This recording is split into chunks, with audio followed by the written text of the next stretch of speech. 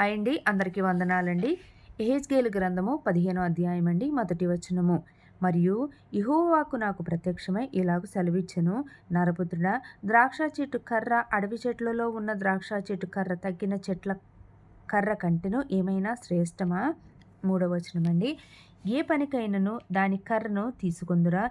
ఏ యొక్క ఉపకరణము తగిలించుటకై ఎవరైనా దాని కర్రతో మేకునైనను చేయుదురా?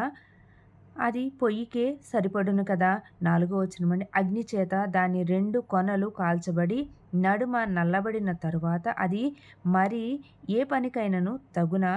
కాలక ముందు అది ఏ పనికిని తగక పోయినే.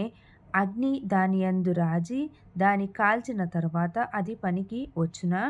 6వ వచనమండి. కావున ప్రభువైన యెహోవా ఇలాగు సెలవిచ్చున్నాడు, నేను అగ్నికి అప్పగించిన ద్రాక్ష చెట్టు అడవి చెట్లలో ఎలాంటిదో యెరూషలేము కాపురస్తులు అలాంటి వారే గనుక నేను వారిని అప్పగింపబోచున్నాను. 7వ వచనమండి. నేను వారి మీద కఠిన దృష్టి నిలుపుదును, వారు అగ్నిని కొనినను అగ్నియే వారిని దహించును. వారి ఎడల నేను కఠిన దృష్టి గలవాడనై ఉండగా నేను యెహోవానని మీరు తెలుసుకుందురు.